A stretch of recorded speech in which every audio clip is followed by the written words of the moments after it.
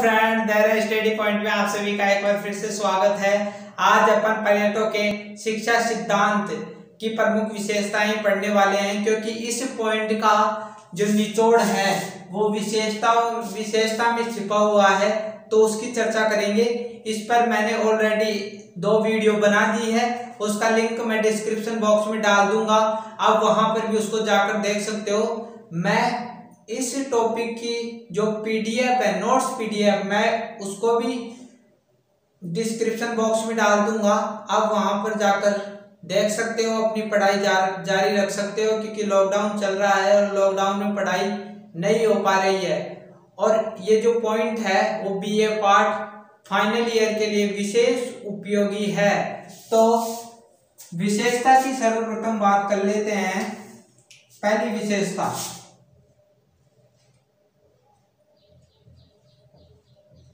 प्लेटो द्वारा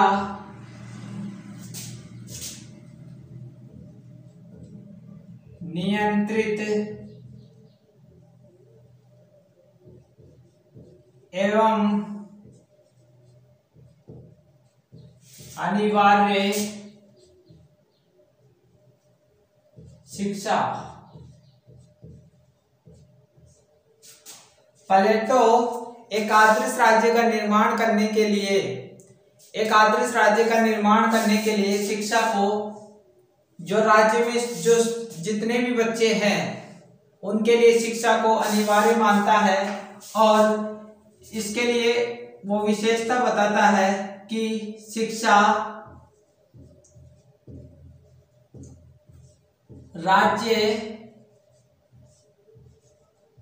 द्वारा ही दी जानी चाहिए।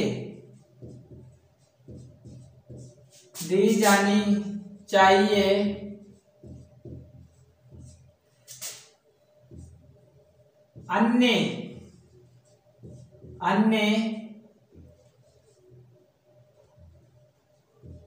निजी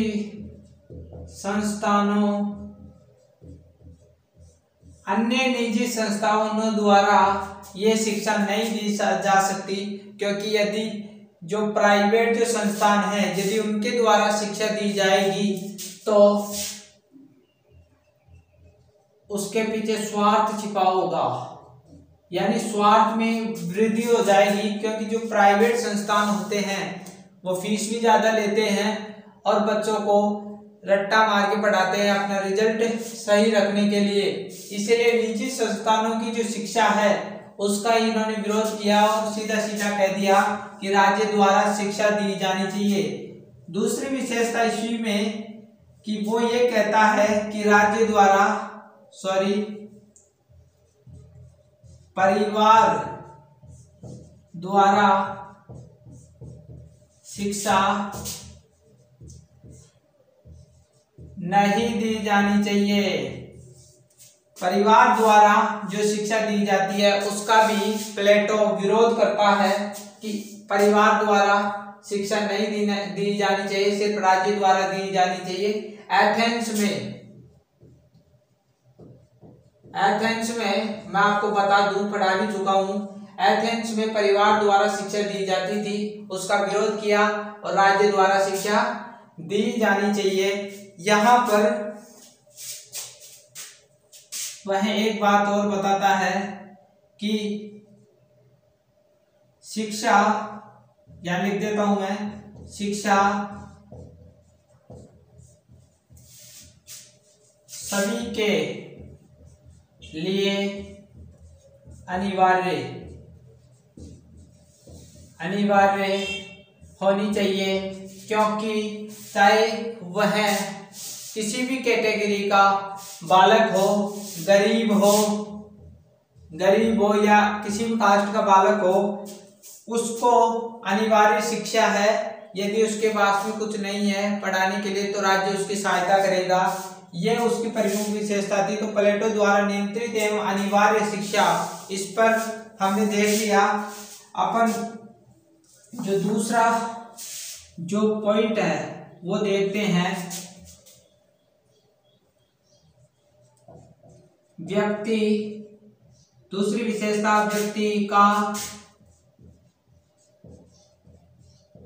सर्वांगीण विकास।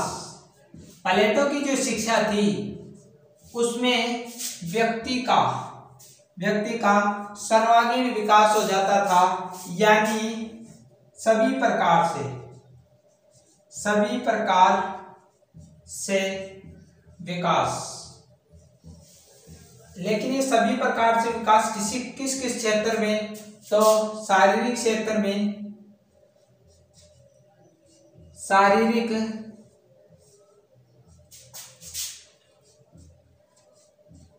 मानसिक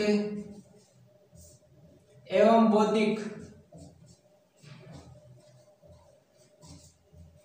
यानी प्लेटो की जो शिक्षा है वो व्यक्ति के शारीरिक, मानसिक और बौद्धिक क्षेत्र में पूर्ण तरीके से विकास कर देती है। इसी कारण उसे सर्वांगीण विकास के नाम से हम जानते हैं। तो व्यक्ति का सर्वांगीण विकास, आप स्क्रीनशॉट लेना चाहो तो इसका ले सकते हो। तीसरा पॉइंट अपन देखते हैं,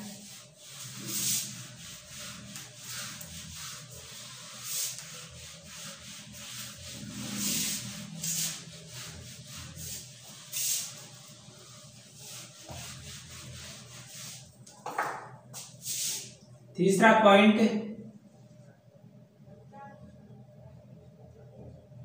स्त्री पुरुषों के लिए समान शिक्षा। यानी प्लेटो ने निश्चित कर दिया कि चाहे पुरुष हो, चाहे महिलाएं हैं, स्त्री हो चाहे पुरुष हो, उसको समान शिक्षा दी जाएगी। समान शिक्षा, कोई भेदभाव नहीं किया जाएगा, कोई भेदभाव नहीं किया जाएगा। तो तीसरी जो विशेषता है, स्त्री पुरुषों के लिए समान शिक्षा, यानी दोनों में कोई अंतर, कोई भेदभाव नहीं किया जाएगा। दोनों को, पुरुषों चाहे स्त्री हो, दोनों को शिक्षा समान मिलेगी। यहाँ पर इसी में राज्य की सेवा में स्त्री पुरुषों को समान अधिकार।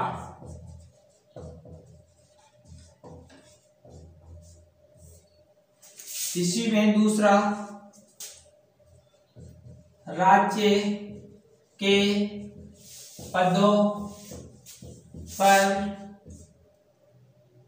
स्त्री और पुरुष दोनों को समान अधिकार दिया जाएगा। कहने का मतलब राज्य की सेवा, यानी राज्य में जितने भी पद हैं, चाहे प्रशासनिक पद हो या कुछ और दूसरा पद हो, उसमें दोनों को समान पद दिए जाएंगे।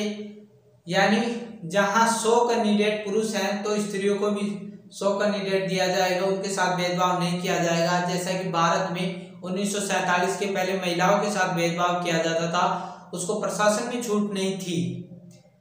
लेकिन 1947 यानी संविधान का निर्माण हुआ, उसके बाद में स्त्रियों को समान जो शिक्षा की व्यवस्था थी वो मिलने लगी। यहाँ पर प्लेटो उनके लिए कोई भेदभाव उनके साथ में नहीं करता है और उनको समान शिक्षा की व्यवस्था करता है। इसके बाद में अपन जो चौथी विशेषता है वो है शिक्षा प्रणाली के 2 भाग। यानी शिक्षा प्रणाली के दो भाग, यानी इसको ऐसे भी लिख सकते हो अपन, शिक्षा प्रणाली को दो भागों में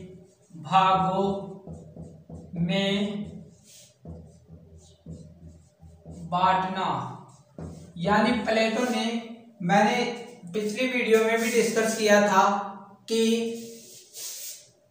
जो प्लेटो की जो शिक्षा प्रणाली थी उसको दो भागों में बांटा गया था। वो दो भाग, पहली थी प्रारंभिक, मैं बार बार इसलिए रिपीट करता हूं क्योंकि आपके दिमाग में, आपके जहन में वो बातें घुस सके, प्रारंभिक शिक्षा, और दूसरी उच्च स्तरीय शिक्षा। यानी प्लेटो ने, जो प्लेटो था उसने अपनी शिक्षा प्रणाली को प्रारंभिक शिक्षा और उच्च शिक्षा दो भागों में बांट दिया था। तो यह भी इस प्लेटो की शिक्षा सिद्धांत की प्रमुख विशेषता मानी जा सकती है। तो आप इसका स्क्रीनशॉट ले सकते हो, आपको टाइम दिया जाता है, ठीक है, स्क्रीनशॉट हो गया होगा आपका। अब अपन जो चौथी विशेषता है वो पढ़ने वाले हैं, सबसे महत्वपूर्ण विशेषता आने वाली है, तो उसको ध्यान से देखिएगा। जो पांचवी विशेषता है वो है शरीर एवं आत्मा, या बोल दो मन का विकास। जो प्लेटो की ये विशेषता है, बहुत इंपॉर्टेंट विशेषता है, यानी प्लेटो ने शरीर एवं आत्मा या मन के विकास के लिए भी शिक्षा में काफी कुछ दे रखा था, क्योंकि शरीर के लिए वह व्यायाम की व्यवस्था करता है और आत्मा या मन के लिए वह संगीत की व्यवस्था करता है। संगीत, इन दोनों की व्यवस्था वो करता है, और इन दोनों के माध्यम से ही शरीर एवं आत्मा का विकास करता है। काफी सारी शिक्षाएं ऐसी होती हैं जो सिर्फ शरीर का ही विकास कर पाती हैं, जो अपन की जो बॉडी है उसका ही विकास कर पाती है, लेकिन जो अपन के अंदर जो आत्मा है उसका क्या, उसके लिए भी तो कुछ करना पड़ेगा ना। तो यहाँ पर इसने संगीत का जो अपनी शिक्षा पद्धति में संगीत को जोड़कर इस शिक्षा पद्धति में 4 चांद लगा दिए। इसके बाद में स्पष्ट हो गया होगा ये पॉइंट। इसके बाद में शिक्षा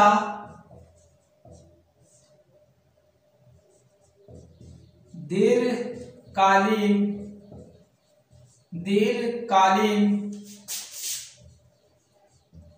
अनवरत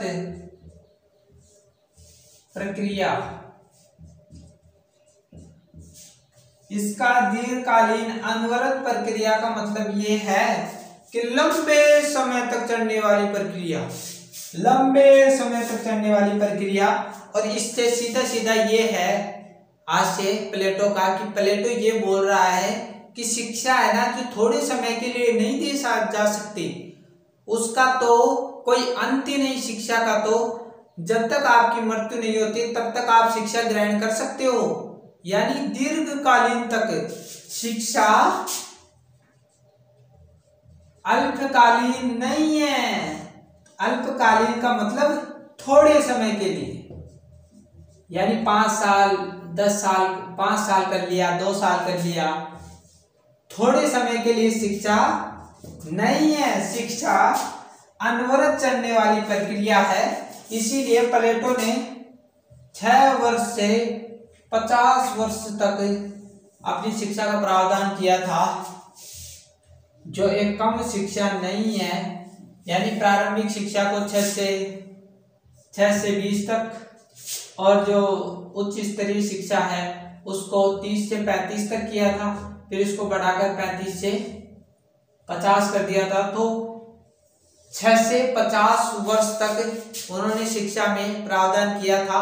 तो ये कम नहीं है 50 वर्ष, हम तो 25 या 30 वर्ष पढ़ाई करके सेटल हो जाते हैं, लेकिन ये तो 50 वर्ष तक करते हैं। तो ये शिक्षा लंबे समय तक चलने वाली प्रक्रिया है, इस कथन का यही आशय है।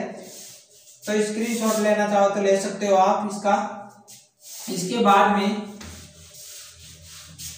7वां जो पॉइंट है, इस शिक्षा का जो 7वां पॉइंट है विशेषता, वो भी देख लेते हैं।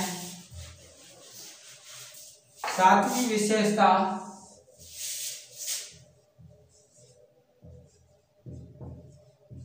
दार्शनिक राजाओं को तैयार करना। और मैंने पहले बता दिया कि जो दार्शनिक राजा कौन बनते थे, जो 6 से 50 वर्ष तक कठोर शिक्षा ग्रहण करते थे, उसी को दार्शनिक राजा बनाया जा सकता था। इसमें बौद्धिक शिक्षा भी आ गई और जो व्यवहारिक शिक्षा है वो भी आ गई।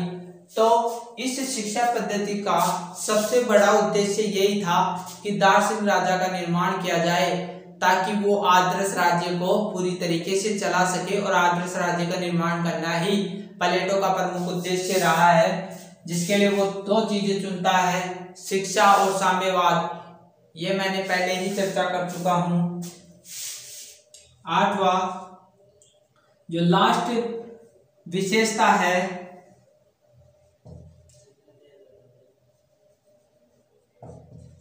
शिक्षा का पाठ्यक्रम निश्चित होना।